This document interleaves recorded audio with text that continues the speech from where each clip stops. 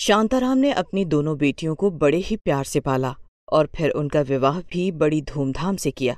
दोनों बेटियों की शादी अच्छे खासे परिवार में की गई, लेकिन छोटी बेटी शिवानी के पति ने अच्छी जॉब पाने के चक्कर में अपनी पुरानी जॉब छोड़ दी। अब वो न घर का था न घाट का। वहीं बड़ी बेटी मानसी का पति बहुत ही समझदार था। बस यही वजह थी कि शिवानी के पति की वजह से शिवानी के घर की माली हालत बिगड़ गई और धीरे धीरे करके वो लोग काफी गरीब हो गए। एक दिन दोनों बहनें अपने मायके में मिलती हैं। मेरी तो किस्मत ही खराब थी। देखो, बैठे बिठाए अच्छी भली नौकरी छोड़कर आज दर दर नौकरी ढूंढते हुए फिर रहे हैं और नौकरी है कि मिलकर ही नहीं दे रही। शिवानी, अगर उन्हें नौकरी नहीं मिल पा रही तो ऐसा क्यों नहीं करती कि तू कोई काम शुरू कर ले? तुझे क्या लगता है मैंने सोचा नहीं था नौकरी के बारे में, लेकिन घर की इतनी जिम्मेदारियों के बीच नौकरी कैसे करूंगी? अपना काम करने के लिए मेरे पास पैसे ही कहाँ हैं। हाँ, ये बात तो तूने सच कही बहन, लेकिन एक बात बोलती हूँ, ऐसा करते हैं हम दोनों मिलकर कोई काम शुरू करते हैं। इस तरह हम दोनों बहनें एक साथ भी रहेंगी और काम भी हम अच्छे से कर लेंगी। तेरे घर के हालत भी अच्छे हो जाएंगे। मेरी दोनों बेटियां बहुत समझदार हैं। शिवानी, मानसी बिल्कुल सही कह रही है। बेटा, मानसी के साथ मिलकर कोई काम शुरू कर ले। आखिर में दोनों बहनें फैसला करती हैं कि वो कपड़ों का काम शुरू करेंगी। इसी बारे में मानसी अपने पति से भी बात करती है। देखो, मैं भी चाहता हूं कि शिवानी का घर ठीक ठाक चले, मुझे कोई दिक्कत नहीं है। मैं पैसा लगा दूंगा, लेकिन उसके बाद नफा नुकसान जो भी होगा तुम दोनों को आपस में देखना होगा। आप बहुत अच्छे हैं, मैं जानती थी आप मुझे मना नहीं करेंगे। फिर तो ठीक है, हम लोग रेडीमेड कपड़ों का काम शुरू करेंगे। अगले ही दिन मानसी शिवानी के घर जाती है। घर की हालत देखकर मानसी बड़ी हैरान हो जाती है। शिवानी, ये घर की क्या हालत की हुई है तूने? खैर छोड़ो, मैं तुझे यहाँ ये बताने आई हूँ कि वो मान गए हैं, पैसा लगा देंगे। हम दोनों रेडीमेड कपड़ों का काम शुरू करेंगे। सच में? ये तो बहुत अच्छी बात हो गई। कुछ दिनों की मेहनत के बाद दोनों बहनें मिलकर एक दुकान देखती हैं और वहां पर रेडीमेड कपड़ों का काम शुरू कर देती हैं। नए नए तरह के फैशन के कपड़े लड़कियों का ध्यान जल्दी ही अपनी तरफ आकर्षित कर लेते हैं और दाम भी सही होने की वजह से जल्द ही उन दोनों बहनों की दुकान चल पड़ती है।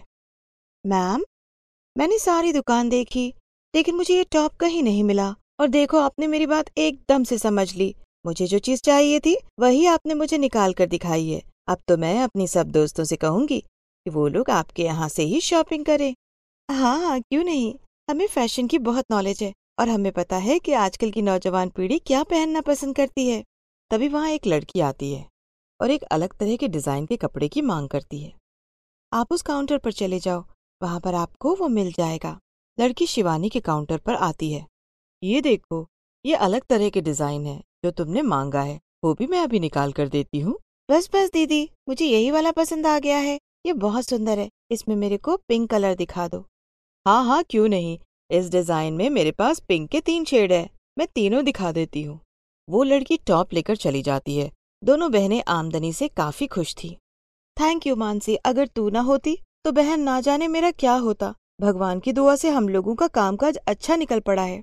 मैं सोच रही थी कि क्यों ना हम लोग छुट्टी वाले दिन दुकान के लिए और अच्छी वैरायटी के कपड़े देख कर ले आए। शिवानी, इस बार शायद मैं ना जा पाऊँ, तू अकेले जाकर सामान ले आना। ऐसा करना, जीजा जी को भी साथ ले जाना, वो मुझे इनके साथ किसी काम से बाहर जाना है। हाँ, तो कोई बात नहीं, तू चली जाना। मैं मार्केट जाकर सामान देख लूंगी, वहीं से तुझे फोन कर दूंगी। दोनों के साथ काम करने का यही तो फायदा है। तो ठीक है, तो 50,000 साथ ले जाना और उसमें जितना भी सामान है ले आना। दोनों बहनें अपने अपने घर चली जाती हैं। शिवानी अपने घर जाकर अपने पति से कहती है, सुनो, एक काम था। परसों मानसी को कोई काम है, इसलिए वो मेरे साथ मार्केट नहीं जा पाएगी। आप मेरे साथ मार्केट चलो, मैं अकेले इतना सामान कैसे लाऊंगी? मुझे तो कोई दिक्कत नहीं है तुम्हारे साथ चलने पर, लेकिन पैसों का क्या रहेगा? अरे, पैसों की तुम टेंशन मत लो, मुझे मानसी ने 50,000 दिए हैं सामान लाने के लिए। ये सुनते ही शिवानी का पति चौंक जाता है। 50,000? क्या सचमुच में तुम लोगों का काम इतना अच्छा चल रहा है? मुझे तो सुनकर बड़ी हैरानी हुई। अब ऐसा बोलकर नजर मत लगाओ। अरे नहीं नहीं, कोई नजर नहीं लगा रहा। शिवानी और उसका पति दुकान के लिए सामान लेने के लिए थोक मार्केट में जाते हैं। वहां पर सामान देखने के बाद शिवानी का पति शिवानी से कहता है, ये तुम क्या कह रही हो? दुकानदार तुम्हें एक तरह के डिजाइन में 2 तरह की वैरायटी अब दिखा रहा है। तुम महंगी वैरायटी क्यों पसंद कर रही हो? तुम सोचो, इन 50,000 में से अगर तुम 30,000 का सामान दुकान पर ले जाओ तो 20,000 तुम्हारी अपनी जेब में होंगे। सामान तो उतना ही जाएगा ना दुकान पर, सोच कर देखो। नहीं नहीं, मानसी को अगर पता चल गया तो कितना बुरा लगेगा। हम दोनों ने पूरी ईमानदारी के साथ काम करने की बात पर ही अपना काम शुरू किया था। तुम पागल मत बनो, मेरी बात मानो। 30,000 में तुम वही सामान लेकर जा सकती हो जो तुम 50,000 में लेकर जाओगी। और देखो शिवानी, 20,000 सीधा सीधा तुम्हारी जेब में होंगे।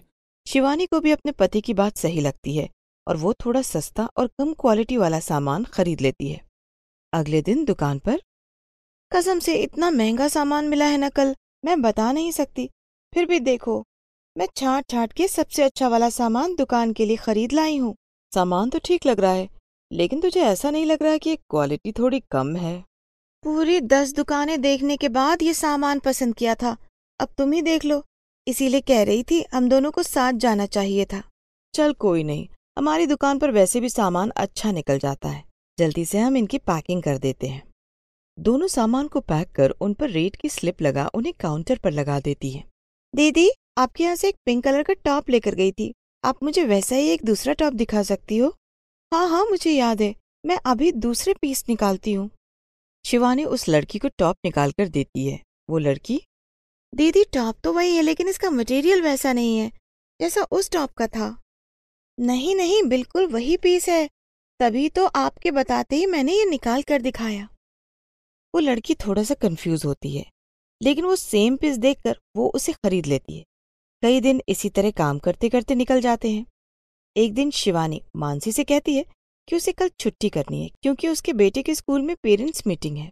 कोई दिक्कत की बात नहीं है शिवानी, तुम छुट्टी कर लो। मेरी बात मानो तो पूरे दिन की छुट्टी कर लो, बहुत दिन हो गए तुमने एक भी छुट्टी नहीं की है। ये सुनकर शिवानी खुश हो जाती है।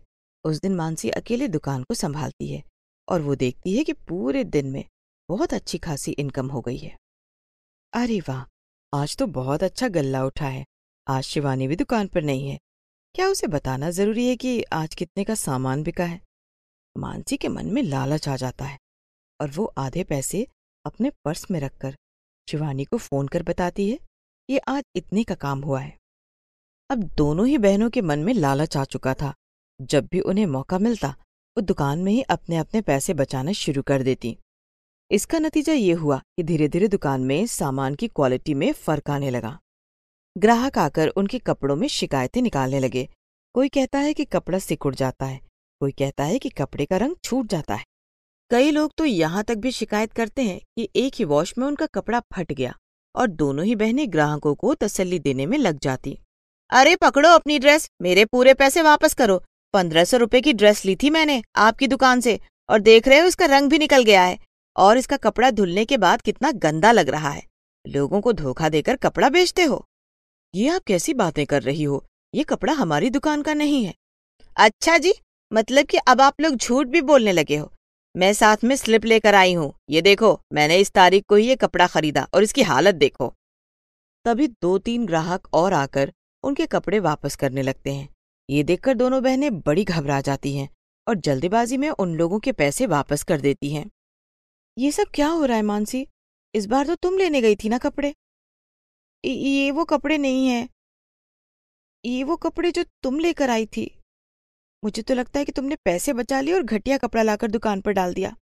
मैंने कोई पैसे नहीं बचाए, जितने पैसे तुमने दिए मैंने उसी में से सामान लाकर डाला है।